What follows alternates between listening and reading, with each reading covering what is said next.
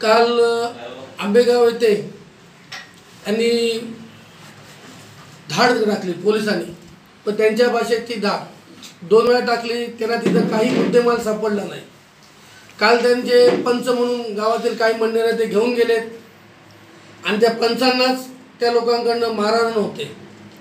मी असं म्हणतो, जर तुम्ही त्या पंचांना नेलेल्या पंचांना जर सांभाळू शकत नाही, त्यांना जर संरक्षण देऊ शकत नाही आणि ज्याच्यावर तुम्ही दारू विकता त्याच्या घरी घेऊन जाता आणि तो त्यांना मारतो, मग पोलीस म्हणून तुम्ही काय कामाचे?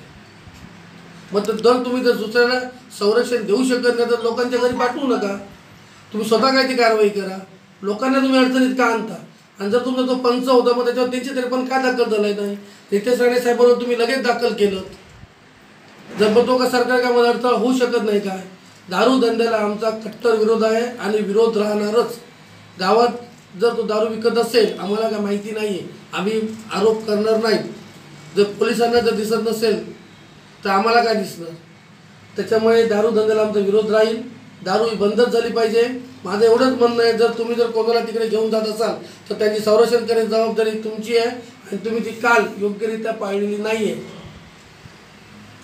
आणि मला असं कळलं की तक्रारीसुद्धा घेतल्या गेल्या नाही आहेत असं मला समजलेलं आहे।